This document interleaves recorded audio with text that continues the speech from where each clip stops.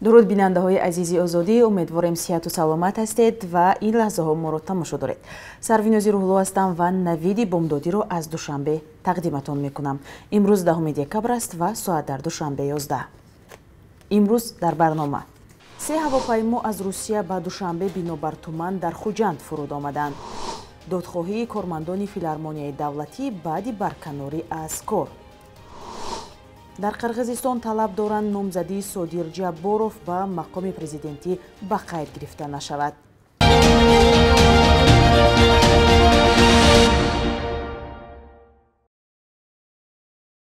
Се ҳавопаймои ширкати Somon Air субҳи имрӯз натавонистанд бо сабаби туман дар фурудгоҳи Душанбе пӯин шаванд. Ин ҳавопаймоҳо дар хатсайри Новосибирск, Москва ва Сургут ба Душанбе баъд аз чанд бор талошҳо барои фуруд омадан маҷбур шуданд ба фурудгоҳи Хуҷанд раванд. Як масъули фурудгоҳи Душанбе субҳи 10 декабр ба Радиои Озодӣ таъйид кард, ки ин ҳавопаймоҳо дар шаҳри Хуҷанд фуруд омаданд ва баъди соати 10:30 ба Душанбе бармегарданд. масъулини фурудгоҳи Хуҷанд гуфтанд, ки дертар ба таври дақиқу муфассал дар ин бора суҳбат мекунанд. Як мусофири яке аз ин парвозҳо дар суҳбат бо Радиои Озодӣ гуфт, ба онҳо эълон карданд, ки то соати 11 дар дохили ҳавопаймо мемонанд ва баъдан ҳавопаймо онҳоро ба Душанбе мерасонад. ба гуфтаи ин мусофир ба онҳо иҷоза намедиҳанд, ки аз ҳавопаймо берун шаванд ва азоб доранд. Дар таблои фурудгоҳи Душанбе ин субҳ нишон дода шудааст, ки 3 парвоз таъхир дорад. Ин парвоз аз Новосибирск, Москва ва Сургут мебошанд. Дар табло навишта шудааст, ки онҳо баъд аз соати 10:30 ба фурудгоҳи Душанбе мерасанд. Зимнан раиси Маҷлиси Миллии Тоҷикистон Рустами Эмомалӣ аз сатҳи хизматрасонии ширкатҳои ҳавоии кишвар ва зарурати рақобати солим дар байни онҳо изҳори нигаронӣ кардааст. ӯ дар ҷаласаи навбатии палатаи болоии парлумон, ки рӯзи 9 декабр баргузор шуд, гуфтааст, ғизое, ки ҳангоми парвоз ба мусофирон дода мешавад, ба талабот ҷавобгӯ нест.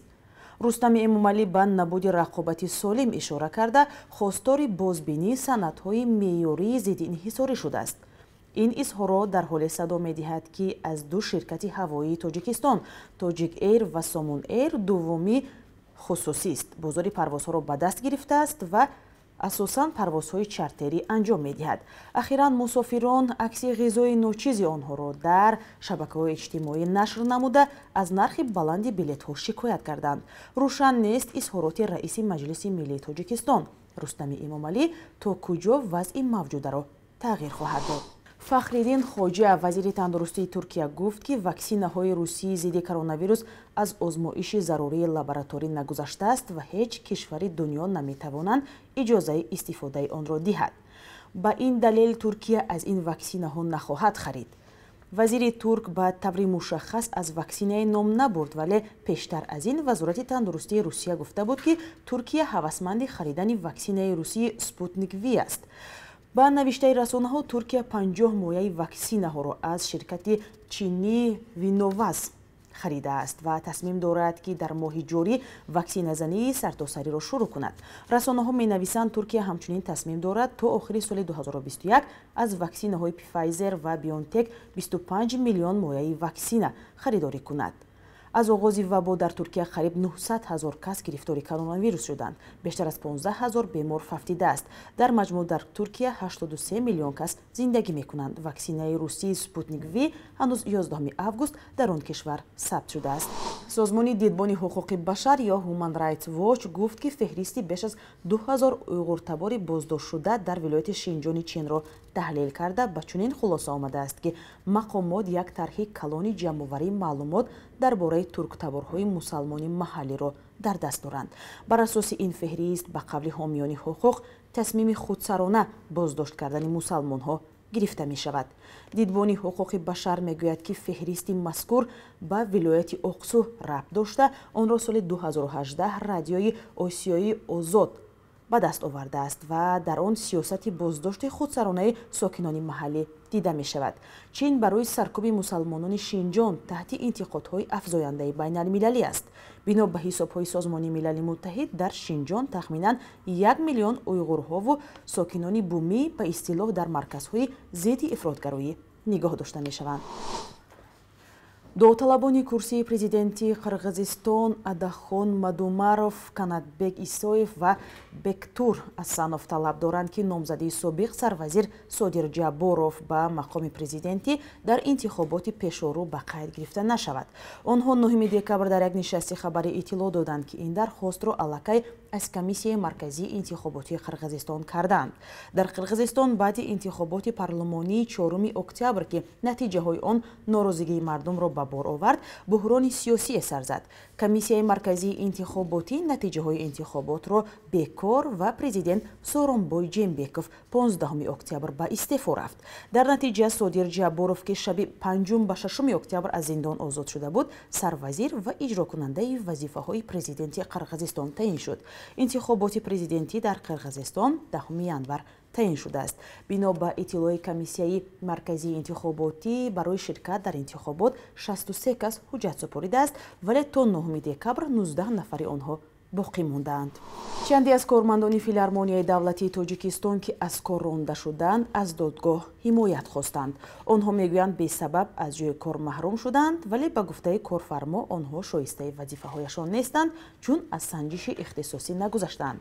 Ронда шудани гурӯҳи коргарони ин муассисаи фарҳангӣ ва додхоҳии онҳо аз додгоҳро ҳамкорамон Алишер Зарифӣ пайгирӣ кардааст ва ҳоло аз ӯ мепурсем ки оё ин кормандон воқеан ҳам шоистаи вазифаҳояшон набуданд ё барканории онҳо сабаби дигар ҳам дорад? Чанде аз кормандони филармонияи давлатии Тоҷикистон пас аз он ки аз вазифаҳояшон барканор шуданд, нисбати раҳбари ин идора ба суди ноҳияи Синои шаҳри Душанбе шикоят бурданд. Онҳо мехоҳанд аз тариқи додгоҳӣ дубора ба кори худ барқарор карда шаванд.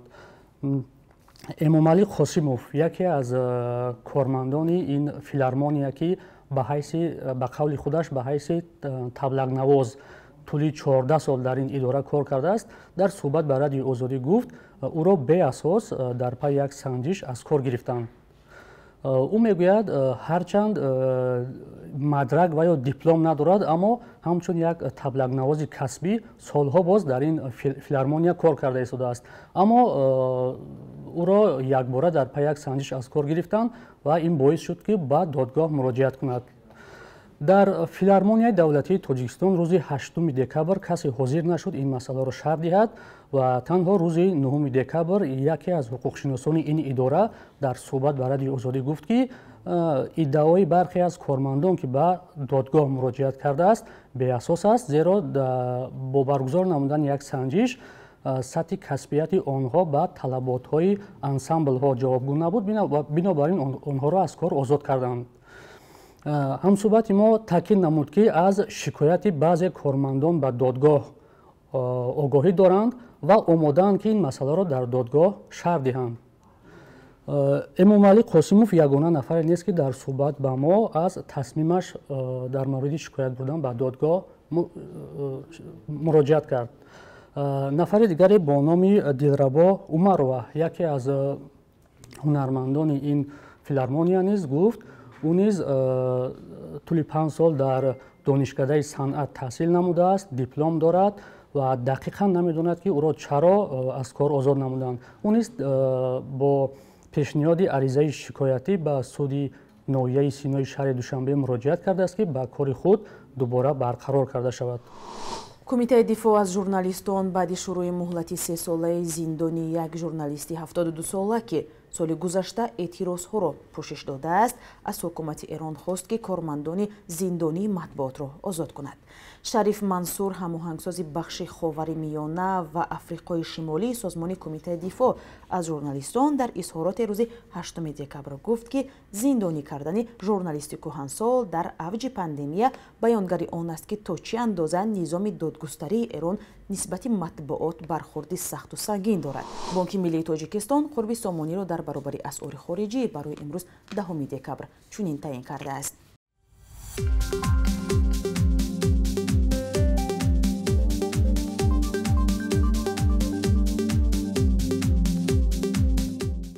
бинандаҳои азиз, ин буд чанд хабарҳои тозаи Тоҷикистону ҷаҳон ки дар барномаи Навиди Бомдодӣ тақдими шумо кардем. Матлабҳои аз ин ҳам бештари моро метавонед дар вебсайти Радиои Озодӣ ва ҳамчунин саҳифаҳои мо дар шабакаҳои иҷтимоӣ мутолиа кунед. Хайр. تا صحبتی دیگر.